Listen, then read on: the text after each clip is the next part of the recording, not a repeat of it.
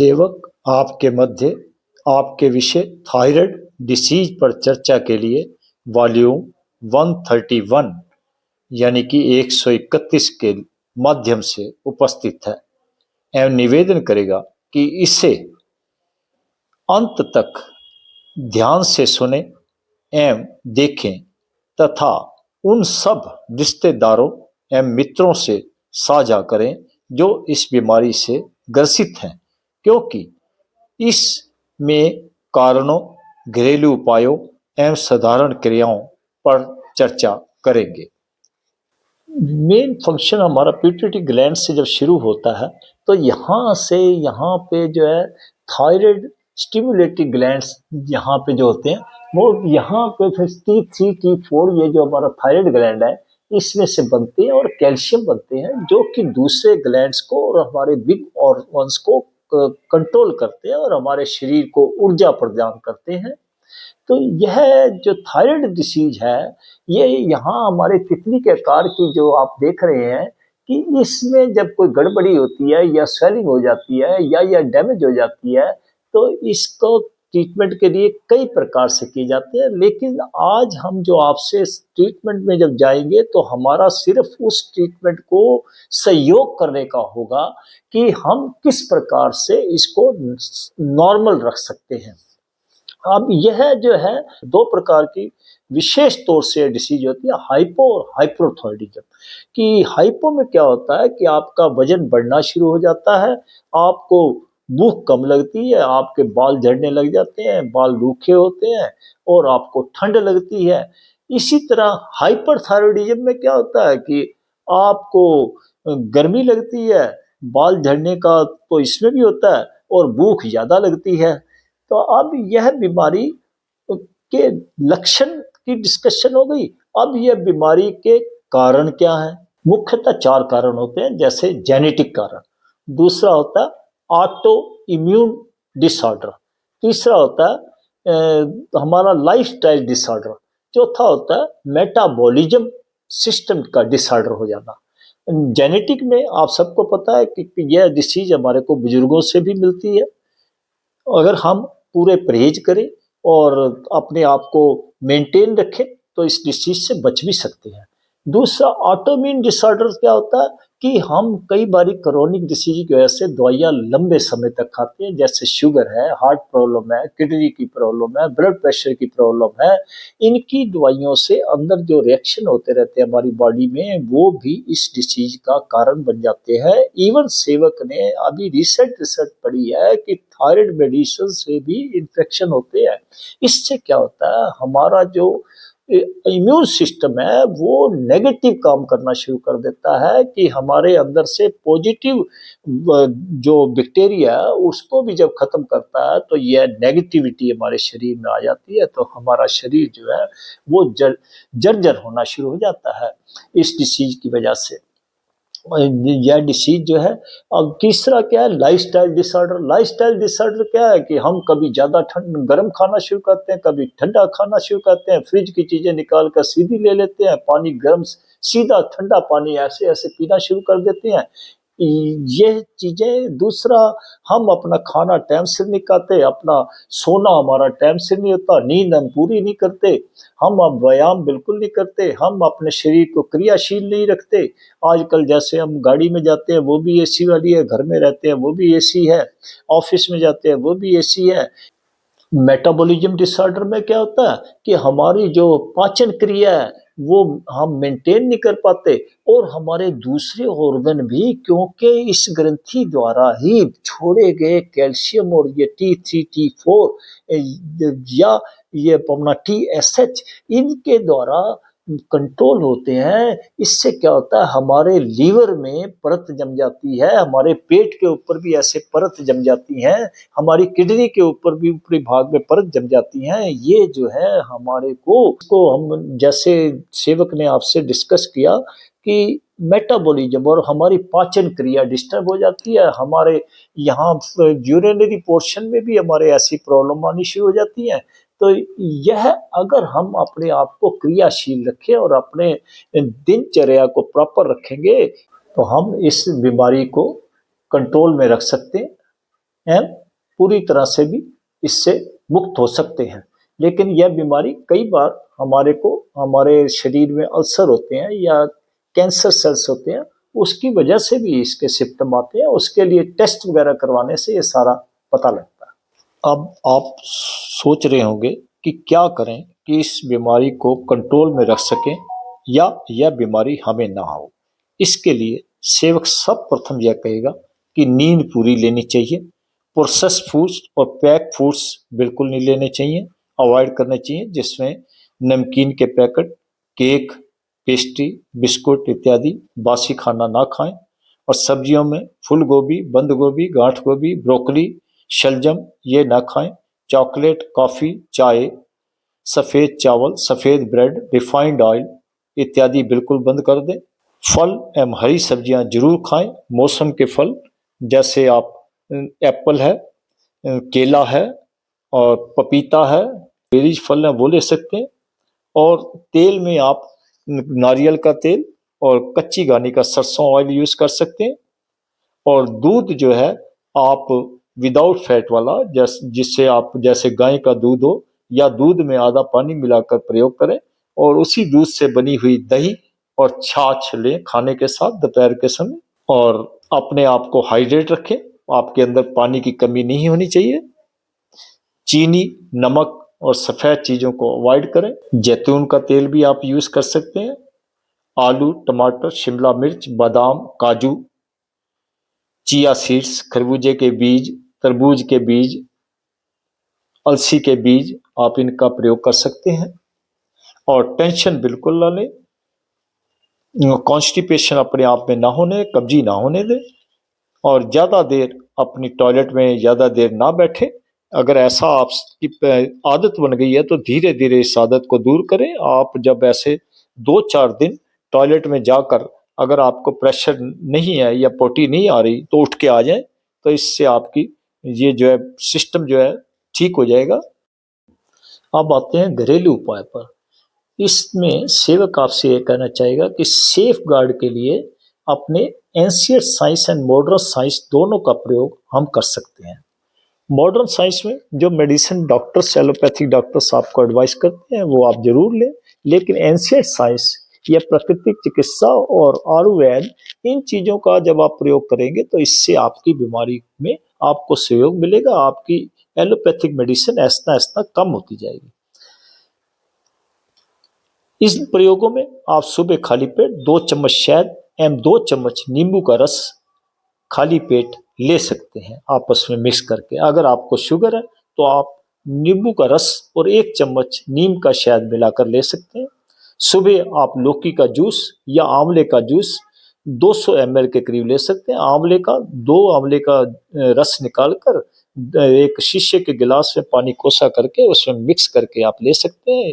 इसमें आप पुदीना के पत्ते भी डाल सकते हैं। जब तक कच्चा आंवला मिले तो इस प्रकार से लें, जब कच्चा ना मिले तो आप 1 चम्मच आंवले का चूर्ण कोसे पानी में डालकर ले सकते हैं। एप्पल विनेगर का 1 चम्मच और 10 चम्मच कोसा पानी मिलाकर वो भी ले सकते हैं। जब तक ताजा धनिया मिलता है आप उसकी चटनी 1 चम्मच शीशे के 1 गिलास कोसे पानी में मिक्स करके सुबह खाली पेट ले सकते हैं। और जब ना मिले तो धनिया के बीज 1-1.5 चम्मच आप रात को शीशे गिलास में भिगो दें, उसकी भी चाय आप बना के पी सकते हैं।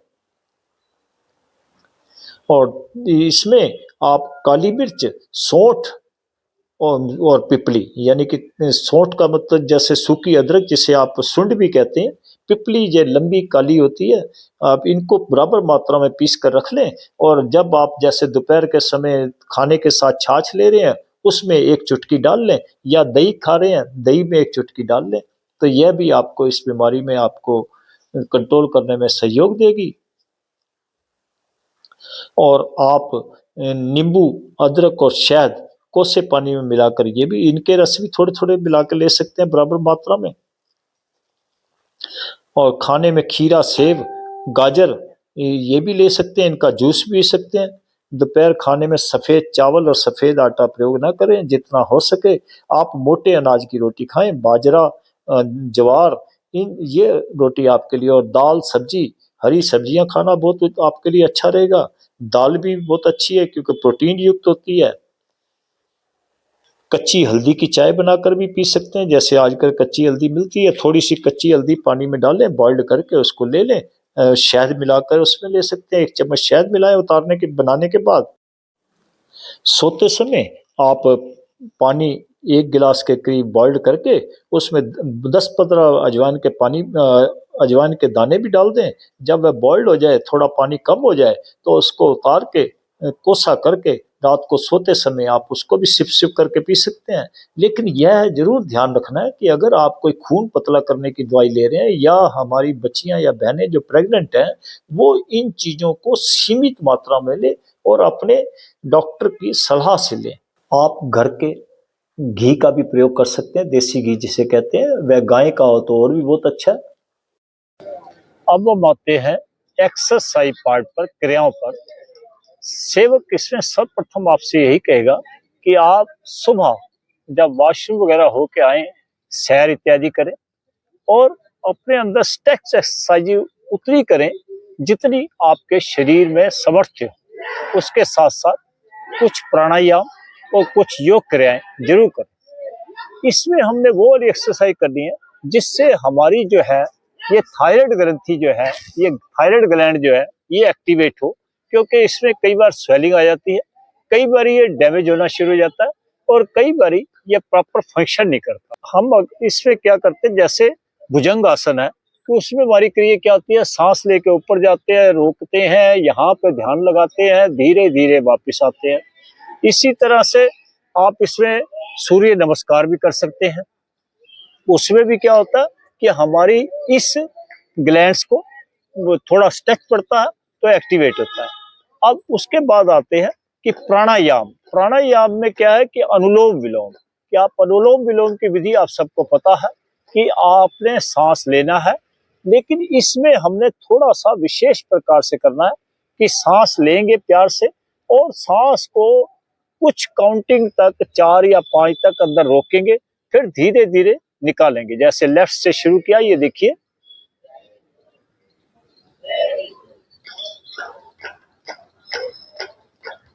और काउंट करेंगे, अंदर रोक के निकालेंगे।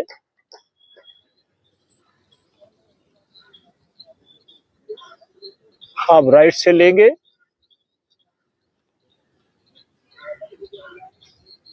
रोकेंगे अंदर, लेफ्ट से निकालेंगे।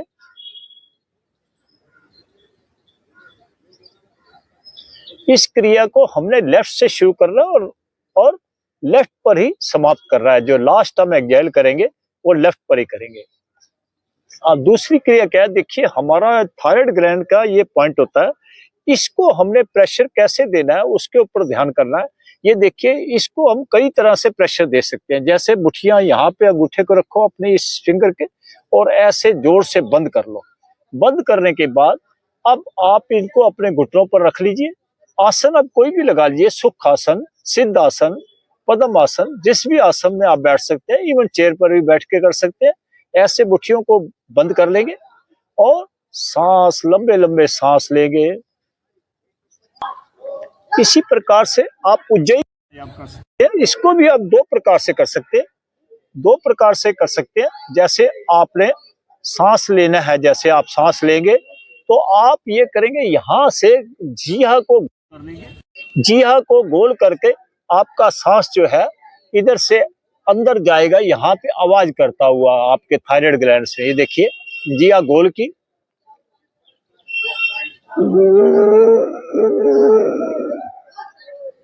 फिर करेंगे,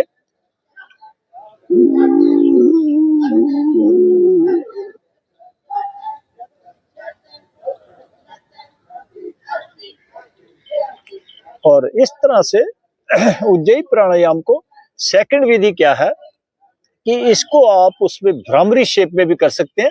भ्रामरी शेप में क्या है कि जब आप सांस लेंगे तो आप अंदर यहाँ पे क्रिया करेंगे, भौरे की आवाज यहाँ पे आए आपके।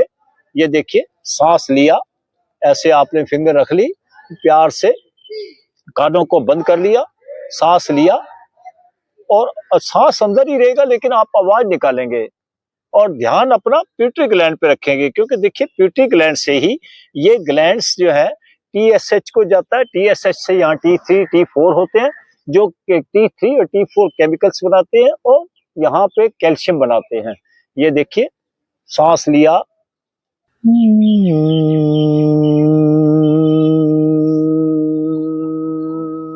यहाँ पे अब एक क्रिया करने के बाद सांस को बाहर निकाल देंगे।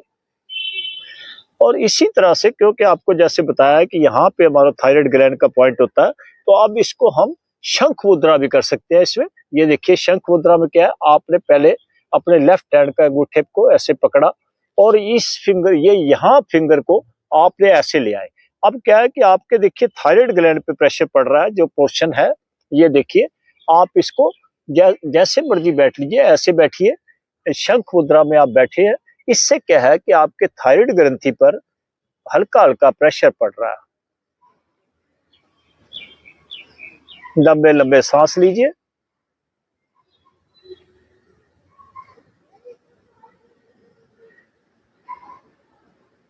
इस तरह से आप पोजीशन चेंज कर सकते हैं। आप राइट हैंड पे फिंगर्स को ऐसे मोड़ लीजिए और ये आपका अब थंब जो है अब इस हैंड की इस फिंगर पे लगा लीजिए, यानी कि अब यहाँ पे फिर आपने शंख मुद्रा में बैठे, सांस लंबे लंबे सांस लीजिए, छोड़िए।